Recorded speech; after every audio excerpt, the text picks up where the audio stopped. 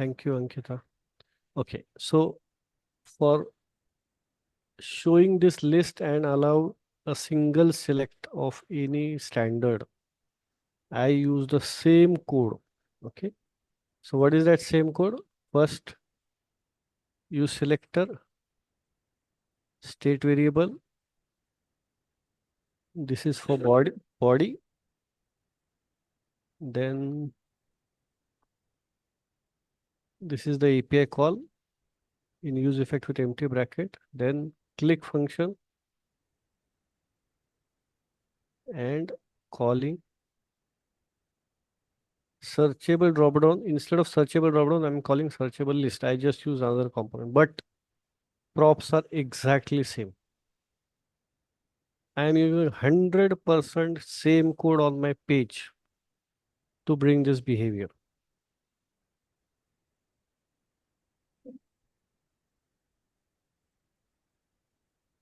So we never saw what is there inside searchable dropdown. Did we see? We did not see what is inside searchable dropdown. So what does it matter if I use searchable list instead of searchable dropdown? Because what we are worried of the code is only this. This is A, B, C, D, E, and I'm just passing it to searchable list. But instead of dropdown, now I am able to show the same code is working for different component. Isn't this magic?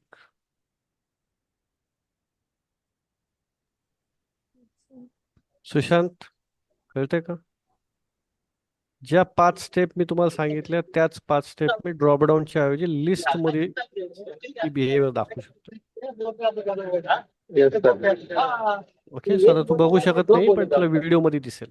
Okay, so that's why I'm making you by heart these steps.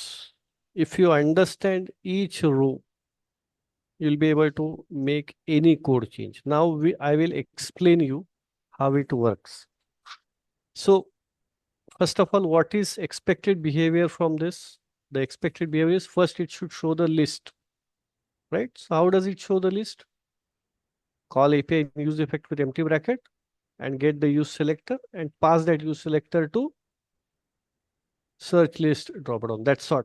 If you do this much, it is going to show the list. Is it clear, Anjali? Yes, sir. Now I should be able to select one of the list. So I have passed it a default value and on click, I am getting that value and setting it to a state variable. So that is why whenever I click, I get a value and I'm setting to it. Is it clear? So whatever is the behavior of this dropdown is the same behavior of this list, which is selectable. But when I ask any developer to write the code, he is thinking ki me he list कशी दाखवू, right? But 100% both are having the same behavior. Only what you see on the screen is different. That is not React, that is UI, right? So you can present data in different manner. I can add 2 more columns, काहीच फरक नाही पडत इथे अजून, right? But the behavior is same. So it uses the same code. It first has to get the data from API, then it has to get the data on the page. If I pass this use selector to the component, it will show the list. And now I give a click event which states the state variable. If I pass that state variable, it will start showing the checkbox is checked. Anjali, clear hai ka? हो sir. So searchable dropdown आणि search list dropdown मध्ये काय आहे? You have to zero bother. You don't have to bother anything about that. पण तुम्हाला ज्या मी ह्या steps सांगितल्यात ह्या तुम्हाला जर नाही कळल्या तर तुम्ही काही नाही करू शकणार, राईट? सो फॉर एक्झाम्पल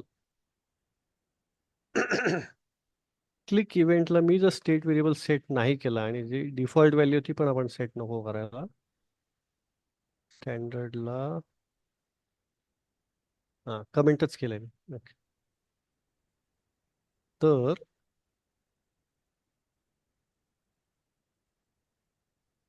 होतंय का सिलेक्शन? म्हणजे हा कोड समजायला पाहिजे ना, की स्टेट व्हेरिएबल मी जो क्लिक इव्हेंटला सेट नाही केलाय, ह्या लाईनचा इम्पॅक्ट काय आहे. आता होतंय ना सिलेक्ट, वरचं सिलेक्शन पण जातंय.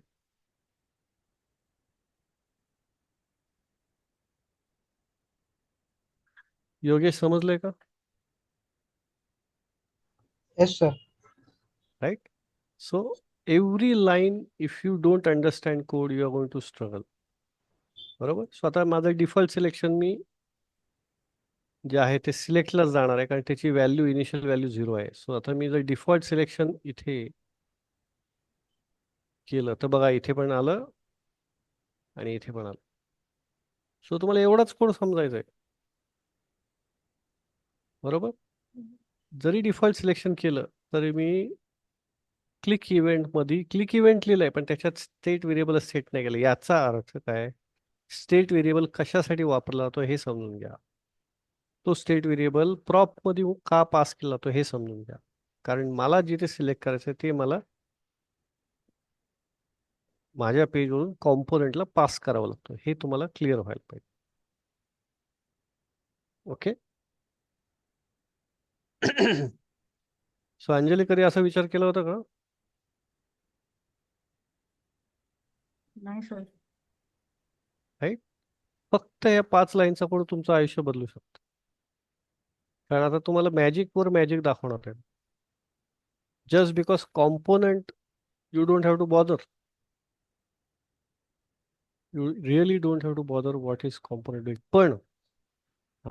पण त्या कॉम्पोनंटमध्ये जे तुम्हाला प्रॉप पाठवायचे ते तुम्हाला क्लिअर पाहिजे. सो आता मी परत लिस्टचे प्रॉप सांगतो. मला पहिले लिस्ट दाखवायचे, म्हणजे मला आयटम लिस्ट पाठवायला लागेल. त्याच्यानंतर मला आयटम सिलेक्ट करता आलं पाहिजे, म्हणून मला त्याला चेकबॉक्स द्यायला लागेल. म्हणजे मला नाही द्यायचं आहे त्याला, क्लिक इव्हेंट द्यायला लागेल, आणि त्या क्लिक इव्हेंटची डिफॉल्ट व्हॅल्यू जी काही त्यांनी मला दिली ती मला परत प्रॉपला पाठवायला लागेल. That's all. जर एवढं तुम्हाला लॉजिक करायला असेल तर तुम्हाला ड्रॉपडाऊन आणि लिस्टचं सिलेक्शन सेम दिसतं. हे जे मी बोललोय ते कळालंय का योगेश? Yes, sir. Right. So what I am asking you to visualize is की हा एक कॉम्पोनंट आहे ड्रॉपडाऊन, आणि ही एक लिस्टची कॉम्पोनंट आहे. दोन्हीच्या बिहेवियर जर तुम्ही डिफाईन केलं की मला पहिले तर लिस्ट दिसायला पाहिजे, म्हणून मला एपीआय कॉल करावा लागतो, यूज सिलेक्टर घ्यावा लागतो, आणि तो यूज सिलेक्टर कॉम्पोनंटला पास करावा लागतो. ही पहिली बिहेवियर आहे. दुसरी बिहेवियर काय, मी क्लिक करू शकतो याच्यातला. सो तो क्लिक इव्हेंट. तिसरं, क्लिक केलेली व्हॅल्यू मला तिथे सिलेक्टेड दिसायला पाहिजे, म्हणून क्लिक इव्हेंटमध्ये मी स्टेट व्हेरिएबल सेट करतो. ही सेम बिहेवियर मला इथे लागते, म्हणून मी व्हिज्युअलाइज करू शकतो की ड्रॉपडाऊनचा आणि हा कोड सेम आहे. आणि तुम्ही नाही व्हिज्युअलाइज करू शकता, कारण तुम्हाला रिॲक्ट काहीतरी शिकवतं, तुमचं गुगल तुम्हाला काहीतरी सोल्युशन देतो, तुमचं ते रिॲक्टचं पेज काहीतरी सोल्युशन, पण तुम्हाला रिॲक्टचे कन्सेप्ट समजले असतील, ते याच्या पलीकडे काही नाही. What that component is return तुम्हाला आता बॉदर नाही करायचं आहे, पण तुम्हाला रिॲक्टचा कोड समजला तर इथे तुम्हाला बिहेवियर समजून घ्यायचे, की मी तुला हे देईल, पण तू मला मला जे एक्सपेक्टेड आहे ते दे. सो इथे बिहेवियर आणि इथली बिहेवियर 100% सेम आहे. राईट. सो ॲझ्युम करा की मला एक सिलेक्ट ऑलचा चेकबॉक्स पाहिजे इथे, जी आपली कॉमन रिक्वायरमेंट असते. जर मला सिलेक्ट ऑलचं बिहेवियर पाहिजे असेल तर तो काय करतो ॲक्च्युली, जर सपोज हा असू ॲझ्युम करा की हा सिलेक्ट ऑल आहे, तर याला क्लिक केलं की हे सगळं सिलेक्ट होतं. बरोबर. पण माझ्या पेजवरून ह्याला काहीच लागत नाही. माझ्या पेजवरून ह्याला काहीच लागत नाही. ओके. त्याच्यामुळे मी वेगळं काही पास नाही करत, पण मी याला सिलेक्ट ऑलचा एक क्लिक इव्हेंट देतो. म्हणजे मी प्रॉपमध्ये इथे जसं ऑन चेंज आहे तसं ऑन क्लिक ऑल असं एक फंक्शन देईन. राईट. का तर मला सिलेक्ट ऑल करायचं आहे. म्हणजे मी तुम्हाला काय एक्सप्लेन करते, जर तुम्ही याला आज एक कॉम्पोनंट बनवलं तर तुम्हाला प्रॉप्स व्हिज्युअलाइज व्हायला लागतात. कारण हा चेकबॉक्स चेक आणि हा चेकबॉक्स चेक दोन मध्ये फरक आहे. त्याच्यामुळे मला दोन वेगळे चेकबॉक्सचे क्लिक इव्हेंट द्यावे लागतील. आपण सिलेक्ट ऑलची फंक्शनली बघू तेव्हा तुम्हाला कळेल. फक्त मी तुम्हाला काय प्रॅक्टिस करायला होती, कॉम्पोनेंटला लागणारे प्रॉप्स तुम्हाला व्हिज्युअलाइज करता आले पाहिजे. हे जर तुम्ही व्हिज्युअलाइज केलं तर तुम्ही कॉम्पोनंटकडनं तसे रिझल्ट एक्सपेक्ट करू शकता. सो फॉर एक्झाम्पल आता लिस्टमध्ये मी कुठे दाखवलं की स्टँडर्ड सिलेक्ट ही स्टँडर्डची लिस्ट असं कुठे दाखवलंय का? नाही. याचा अर्थ जर मी त्याला लेबल नाही पास केलं तरी चालणार आणि लेबल पास नाही व्हायला पाहिजे. सिम्पल. अंकिता काय बोललो मी आता लास्ट? लेबल पास नाही व्हायला पाहिजे का? बिकॉज लिस्ट वरनं कळतंय ना आपण. नाही, लिस्टवरून कळते म्हणून नाही. ती रिक्वायरमेंट मी सांगितली की मला लिस्टमध्ये लेबल नाही दाखवायचं आहे. लेबल. पण रिक्वायरमेंट असेल तर पास करायला लागतं. मला हे तुम्हाला एक्सप्लेन करायचं की जेवढे कॉम्पोनेंट्सला प्रॉप्स लागतील हे सगळे तुमची रिक्वायरमेंट आहे. टेक्निकल काही नाही आहे.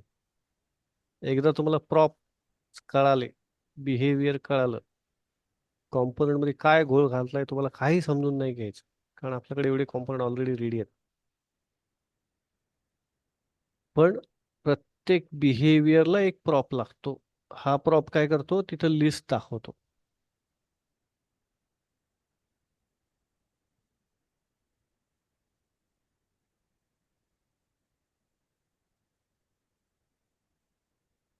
तो पहिला प्रॉप काय करतो? तिथे लिस्ट दाखवतो. दुसरा प्रॉप काय करतो? युजरची ऍक्शन घेतो आणि जे युजरने क्लिक केलं ते आपल्याला घेऊन येतो या पेजवर. हा प्रॉप काय करतो? जी काय व्हॅल्यू मी सेट करायची आहे मला त्या कॉम्पोनंटमध्ये ती मी याला पाठवतो. आणि हा प्रॉप काय करतो की जो ड्रॉपडाऊन आहे त्याचं नाव सेट करतो. जर मला प्रत्येक प्रॉपचा अर्थ कळाला तर तुम्हाला कॉम्पोनंट मध्ये काय चाललंय काही विचार नाही करायचा. तुम्हाला फक्त एक्सपेक्टेशन सेट करायचे आणि त्या म्हणजे तुम्हाला ज्या युजर स्टोरी टेस्ट केस मध्ये रिक्वायरमेंट आल्या पेजवरच्या त्याच आहेत. हे समजून घ्या. Right. So we are now moving towards little complex scenarios, but believe me this code never changes and this code if you by heart. तुम्हाला काय कळेल की मला ह्या प्रॉप कडनं जे जे एक्सपेक्टेड आहे त्याला लागणारे प्रॉप्स मी पाठवतो का? तुम्ही एकदा प्रॉप्स पाठवायला शिकलात की तो कॉम्पोनंट तुमचं काम करणार आहे. तुम्हाला कोडिंगचा विचारच नाही करायचा. सो हा अख्खा पेज जेव्हा मी डेव्हलप करेन तेव्हा मला इथे 5 स्टेप आहेत, इथे 5 स्टेप आहेत आणि जी आपल्याला लिस्ट दिसत होती मगाशी त्या लिस्टला 2 प्रॉप्स पास केले की संपलं. हा पेज 1 तासाच्या आत कोडिंग करून होऊन जातो.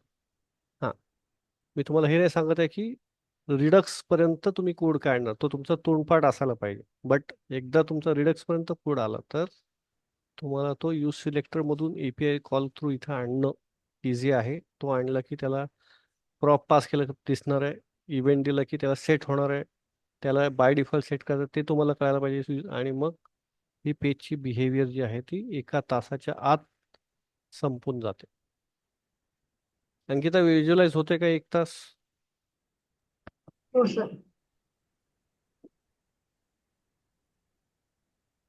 सो ऑब्विसली त्याच्या आधी तुम्हाला त्याचे एपीआय क्लिअर पाहिजे. त्याच्या आधी तुमचं रिडक्स पर्यंत कोड असलेला असलं पाहिजे आणि त्याच्या आधी प्रत्येक एपीआयचा जो डेटा आलाय तो तुम्हाला कळायला पाहिजे की तो मी स्क्रीनवर कसा वापरणार. जर हे क्लिअर असेल तर मी तुम्हाला आता दाखवलं की ही फंक्शनॅलिटी तुम्ही किती इझिली बिल्ड करू शकता. राईट. सो आता थोडंसं अजून मी त्याला कॉम्प्लेक्स करून दाखवतो तुम्हाला की हा जो चेकबॉक्स आहे, आता रिक्वायरमेंट आहे इथे की ह्या चेकबॉक्सच्या ऐवजी मला टॉगल बटन दाखवा. ओके. सो छोटासा चेंज करतो मी.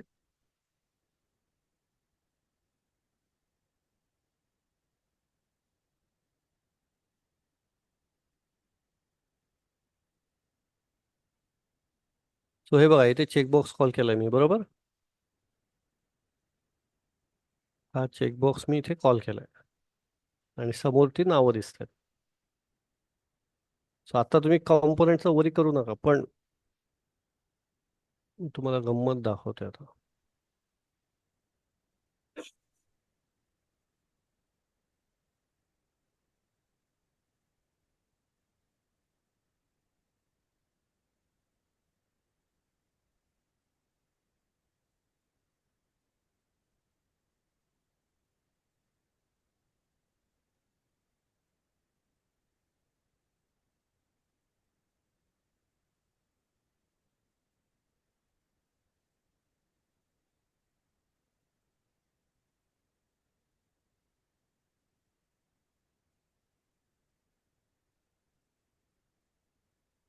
तो आपला जो कोड आहे इथे काहीच चेंज नाही केलं मी.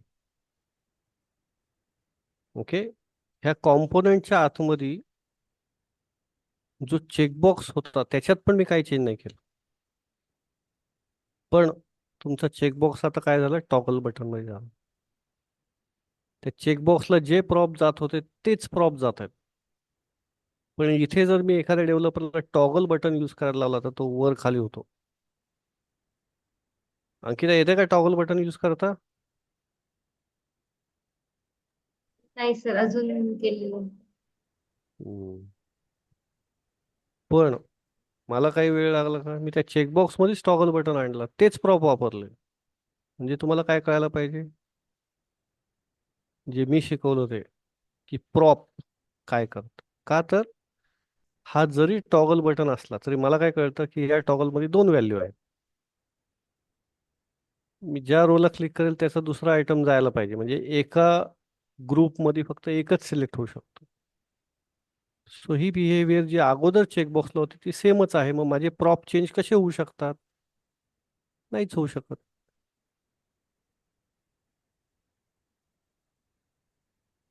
अंजली, जमेल का अशी कोडिंग? आता समजेल ना बघितलं. एक्झॅक्टली, एक सुद्धा प्रॉप मी चेंज नाही केला, विचार करा. पण टॉगल बटन यूज करता येत नाही तरी सुद्धा तिथे चेकबॉक्स बघा ना जातोय, पहिल्याला सिलेक्ट केलं खालचं जातो. हेच तर बिहेवियर होती.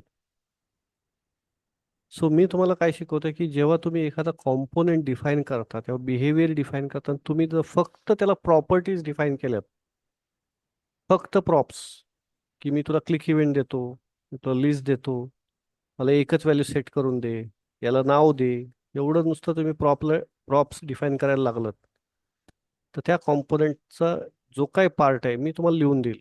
मग तुम्हाला पेजमध्ये किती फास्ट होईल सांगा मग. तुम्हाला वरीच नाही करायचं, कारण तुम्हाला हे सगळं ऑलरेडी मी आत्ता एक्झाम्पल देऊन दाखवलं. आणि इथे बघाल तर त्याची व्हॅल्यू चेंज होती. मी इथे नर्सरी सिलेक्ट केलं, इकडे नर्सरी जातोय, कारण तो स्टेट व्हेरिएबल सेम आहे. पेजवर एकच स्टेट व्हेरिएबल सेट केलाय, जो या कॉम्पोनंटला पण पाठवलाय, या कॉम्पोनंटला पण पाठवलाय. So that's the magic of. या 5 स्टेप कळाल्या तर तुम्ही ड्रॉप डाऊन पण करू शकताय, लिस्ट विथ चेकबॉक्स पण करू शकताय, plus list with toggle button पण करू शकता. हा, तुम्ही जर ए बी आणि सी टॉगल म्हटलात तर ते चालणार नाही, कारण येस नो फक्त दोनच व्हॅल्यू आहेत, बायनरी, ट्रू किंवा फॉल्स. म्हणून हा कोड चालतोय, म्हणून हा कोड चेंज होत नाही. पण एकदा तुम्ही त्याला जर येस नोच्या पुढे जर अजून एक ऑप्शन दिलं तर तो कोड नाही चालणार आहे. म्हणून तुम्हाला बिहेवियर्स कळायला पाहिजेत. बिहेवियर कळलं तर तुम्ही दाखवू शकता, नाही तर नाही दाखवू शकता. राईट. सो मी जेव्हा ड्रॉपडाऊनचं डेटा ट्रान्सफॉर्मेशन केलं तर आय डी, नेम, व्हॅल्यू, म्हणजे मी इथे फक्त 3 व्हॅल्यूज वापरू शकतो, हे पण लक्षात घ्या. Right. So this is what I wanted to ensure की मी जर तुम्हाला पुढचे प्रॉप्स आणि कॉम्पोनंट शिकवायला लागलो तर पहिले तुमचे हे स्टेप्स तोंडपाठ पाहिजे. ह्या स्टेप्सला तुम्हाला खेळता आलं पाहिजे. जसं मी तुला इथे दाखवलं की मला इथे क्लिक इव्हेंट लागलाच नाही, कारण मी क्लिकवर अजून रिक्वायरमेंट डिफाईन नाही केली. मला बाय डिफॉल्ट एक व्हॅल्यू सेट करायची आहे, आणि ती व्हॅल्यू तेव्हाच सेट होऊ शकते जेव्हा पहिले यूज सिलेक्टेड डेटा घेऊन येते.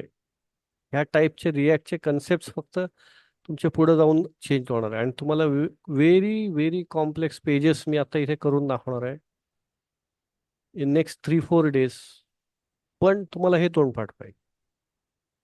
आणि कॉम्प्लेक्सिटी कशी हँडल होणार आहे, मी प्रॉप्स डिफाईन करायला सुरुवात करणार. That's all.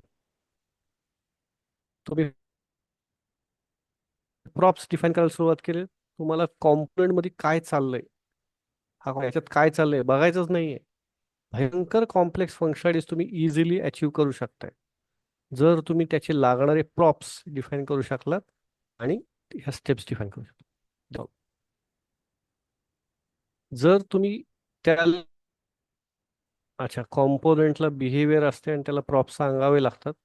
मला जर प्रॉप्स व्हिज्युअलाइज व्हायला लागले, मला जर ते प्रॉप्स क्रिएट करण्यासाठी स्टेप्स समजायला लागल्या, तर मला कॉम्पोनंट वर्किंग होऊन देणार. आवाज नाही येते? आवाज येतोय का? येतोय सर. थोडं ब्रेक येतोय हो सर. येतोय. ब्रेक झाला का? ओके. सो जर तुम्हाला बिहेवियर सांगता आली आणि त्या बिहेवियरचे प्रॉप्स सांगता आले, ते प्रॉप्स मला कसे येतील हे या स्टेपच्या पुढे जाणार आहे, हे लक्षात ठेवा. जर एवढं केलं तर तुम्हाला नेक्स्ट परत आपण उद्या हे रिपीट करणार आहोत का? माझ्यासाठी इम्पॉर्टंट आहे की तुम्हाला प्रॉप्स डिफाईन करता आले पाहिजे. आणि ते प्रॉप्स आपण लास्ट 4 days बघतो की ते ड्रॉपडाऊनचेच प्रॉप्स होते, म्हणजे तुम्हाला सोपं जाणार आहे.